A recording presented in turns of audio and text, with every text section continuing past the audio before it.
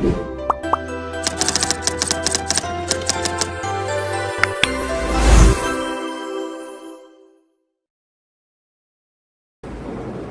pagi semuanya. Oke, sebelum memulai pelajaran hari ini, mari kita membaca doa.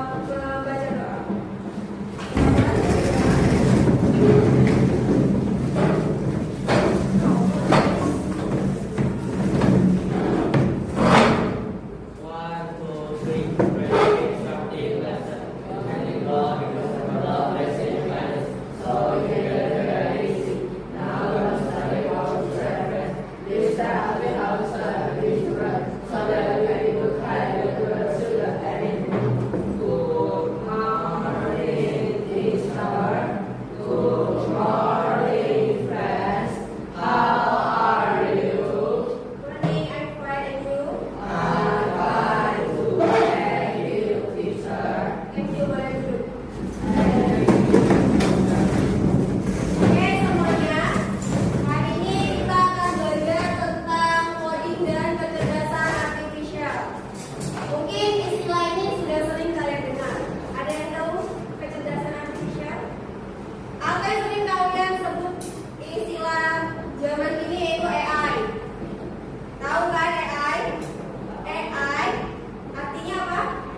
Sama kecerdasan artifisial. Cuma kecerdasan artifisial ini dari bahasa Indonesia. Kalau AI bahasa umumnya, bahasa Inggris. Kalau bahasa Indonesianya kecerdasan artifisial. Jadi sekarang kita akan mempelajari tentang coding dan kecerdasan artifisial dimulai dari dasar. Nah, kalau di TIK udah ada pelajaran ini? Belum. Jadi kita belajar dulu dari dasarnya. Oke, kenapa kalian perlu pelajaran ini? Karena mengingat sekarang teknologi itu sudah canggih. Kalian kemana-mana bawanya apa? HP. Mau cari barang nengoknya di mana? Di HP. Ketemu kawan, main HP. Jadi semua kehidupan kita itu tidak terlepas dari teknologi. Biar tidak dibodohi teknologi, kita harus tahu dulu apa itu teknologi. Dan yang paling dasar akan kita pelajari yaitu langkah cerdas menyelesaikan masalah dengan cara komputasional. Inilah cara yang dilakukan oleh komputer. Makanya kita harus tahu dulu kayak mana cara komputer bekerja, kita menerapkan dulu agar kita tidak salah menggunakan teknologi. Nah, semuanya sudah pernah makan mie? Nah, siapa yang tadi pagi sarapannya mie? SK. Siapa ya? Vivian. Siapa yang semalam makan mie? Pokoknya semua yang pernah makan mie. Riki udah pernah makan mie? Sudah pernah cara membuat makan mie? Sudah pernah membuat mie sendiri? Yang lain sudah pernah membuat cara bikin mie sendiri kan? Apa yang pertama kali harus dilakukan? Airnya diapakan? Airnya direbus. Terus apa? Masukkan mie. Masukkan mie-nya itu nunggu airnya mendidih atau belum airnya mendidih langsung dimasukkan? Tunggu mendidih. Setelah itu masukkan telur. Masukkan mie. Mie-nya direbus atau mie goreng? Goreng berarti ditiriskan. Setelah ditiriskan dimasukkan ke piring. Setelah itu baru letak bumbu, baru diaduk. Itu mie goreng. Kalau langkah-langkahnya kita balik bisa nggak? Kita letakkan bumbu diaduk dulu, baru mie-nya direbus. Nggak bisa kan? Jadi dia harus apa? Harus berurutan dari awal sampai akhir. Harus sesuai dengan langkah-langkahnya. Oke, ini tadi tentang mie goreng, tentang mie. Lanjut nih. Nah, kenapa kita harus belajar tentang kemampuan komputasional? Yang pertama, tujuannya biar kalian mampu memahami konsep berpikir komputasional. Yang kedua, kalian juga mampu menerapkan berpikir komputasional dalam kehidupan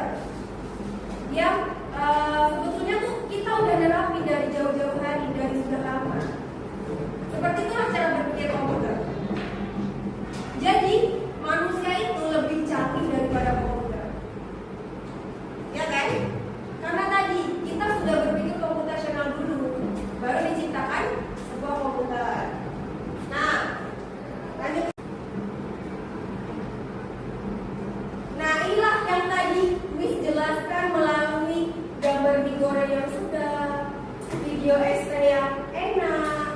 Ya, SK pun sampai nilai. Ya SK. Nah ini dia konsep berpikir komputasional adalah cara berpikir untuk menyelesaikan masalah dengan langkah yang teratur dan logis. Teratur kan sama kayak BTS tadi kan? Logis kan, masuk akal. Ada tak tidak tiba-tiba orang tuh masukkan pesawat terbang di situ? Enggak kan, karena tidak logis. Terus mirip seperti cara komputer, seperti yang sudah dijelaskan, berpikir ketika memproses data. Jadi kita memproses data dulu baru kita laksanakan. Misal nih, kalian mau buat telur dadar, kalau kata telur ceplok, apa barang yang harus disiapkan? Minyak, telur, garam, wajan. Kalau pakai panci kebesaran. Paprika. Mau pakai paprika boleh, bumbunya boleh. Setelah itu udah nih, ada bahan-bahannya udah lengkap. Terus apa lagi? Yang mau langkah-langkah yang mau dibuat telur ceplok? Masukkan minyak, banyak atau sedikit? Sedikit. Lepas itu tunggu sampai panas. Setelah itu baru pecah telurnya. Seperti itu kan? Nah, tadi ada yang kurang. Apa yang kurang ya? Hal yang paling utama yang kurang. Sebelum dimasukkan minyak ke wajan. Panci. Siapkan wajan. Air. Kan? Ya api. Apinya belum nyala. Kamu udah masukkan minyak ke wajan, kamu udah ceplok telur. Kamu tinggal 1 jam pun dia tidak akan. Iya kan? Karena kompornya berbeda. Jadi kita berpikir komputasional itu harus teratur, harus terstruktur dan harus logis. Biasanya nih gen alpha nih pikirannya itu tidak logis. Ini kayak mana nanti tiba-tiba gajah terbang lewat pesawat? Bisa. Ada balerina cappuccino. Tunggu sambil. Apa itu? Jadi sebagai generasi penerus bangsa kita itu harus berpikir logis. Tidak ada anomali seperti itu. Itu hanya fiktif saja. Terus, saya kalau ke WC harus ditemani mami. Kenapa tak mau sendiri? Takut nanti dikejar untuk sahur. Gak boleh berpikiran seperti itu ya. Kita harus logis. Mungkin nggak kira-kira anomali itu hidup di dunia nyata? Tapi kalian sibuk menghafal nama-nama anomali kayak gitu daripada menghafal nama-nama pelajaran, materi-materi pelajaran. Lebih suka ngapal anomali kayak gitu ya. Yes ya. Ulang-ulang ya ya. Kita itu hidup di dunia nyata. Kita harus berpikiran logis SK. Nah lanjut nih. Sudah paham kan cara berpikir komputasional? Oke, nanti kita lihat lagi. Nah, cara berpikir komputasional itu dibagi menjadi 4. Boleh dicatat kalau kamu lupa. Yang pertama itu ada dekomposisi, memecahkan masalah besar menjadi bagian-bagian kecil supaya mudah dikerjakan. Seperti tadi, misalnya di sini contohnya buat ST. ST manis tadi kan. Kalau orang yang malas, gak mau lagi bikin ST. Karena malas, bahan-bahannya belum ada. Itu kalau orang yang malas, dia akan menjadi masalah yang besar.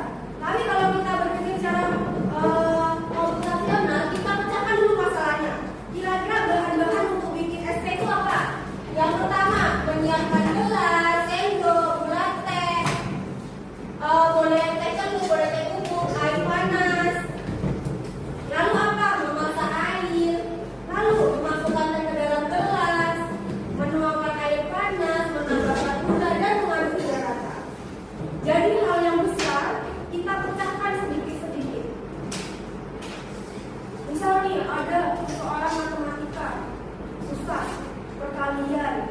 Kalian pecahkan sedikit-sedikit. Misal 2 pangkat 8 kan banyak tuh. Kalian pecahkan 2 kali 2 4 kali 2 8 8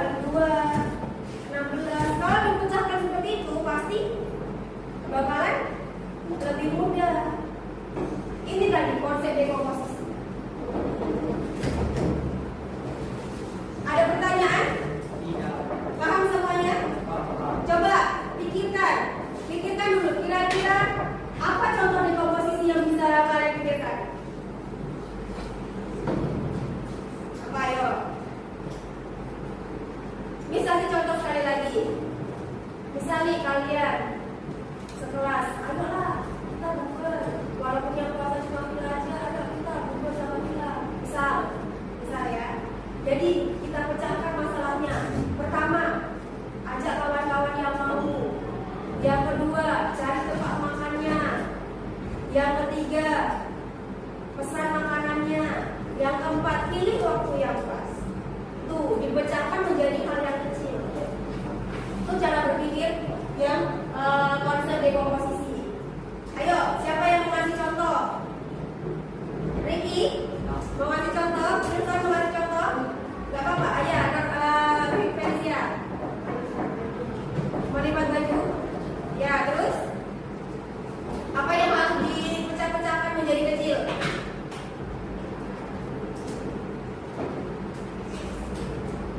Ayah Felicia, kamu melipat baju, tapi susah. Jadi kamu lipat dulu setengah, itu, baru kiri kanannya, baru lipat lagi. Ya, bolehlah itu. Memecahkan hal yang besar menjadi kecil. Lanjut nih, kalian punya kue. Kalian beli kue ini rame-rame.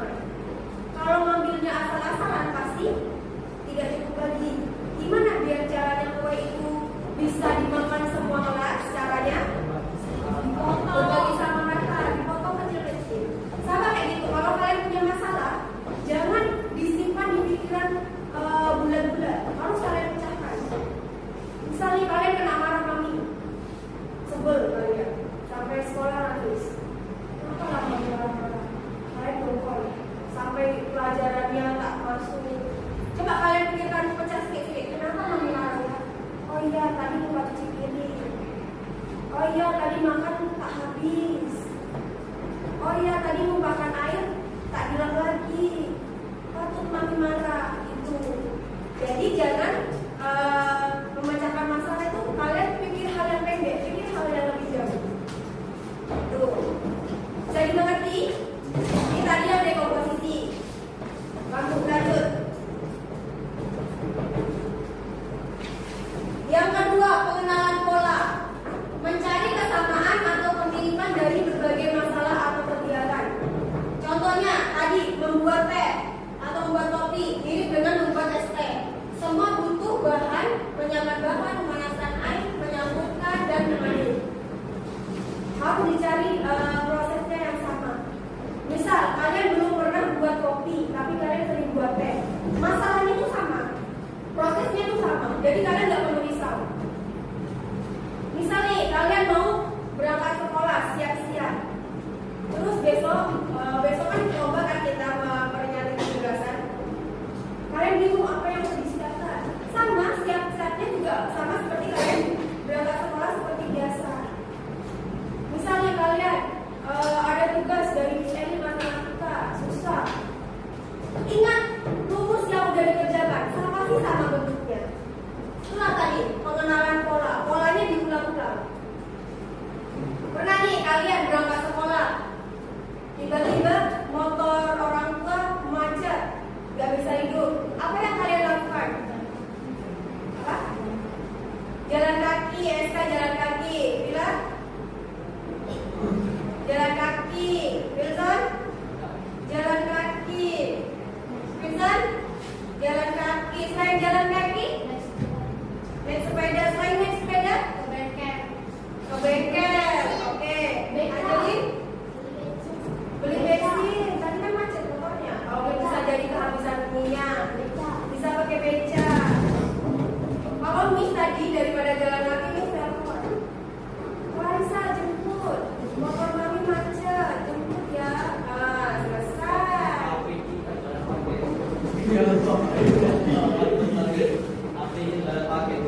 Nah, itu tadi pengenalan pola. Ada pertanyaan? Ada? Ada lah. Berarti gak paham nih. Nanti misal tugas berarti harus selesai. Oke. Lanjut. Nah, yang ketiga, abstraksi. Memilih informasi penting dan mengabaikan yang tidak penting. Contohnya, tadi contoh membuat video yang essay tadi. Fokus pada langkah yang penting. Misalnya memasak air, menyiapkan teh, dan mencampur gula. Terus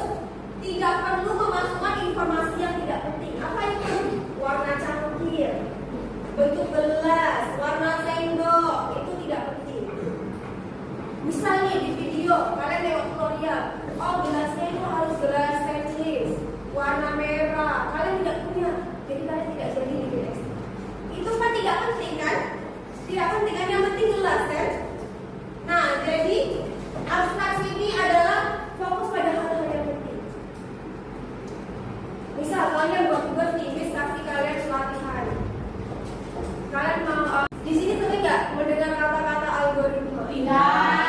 Pernah dengar kata algoritma? Tidak. Dalam matematika juga? Tidak. Oke, berarti ini kalian pertama kali mendengar kata algoritma.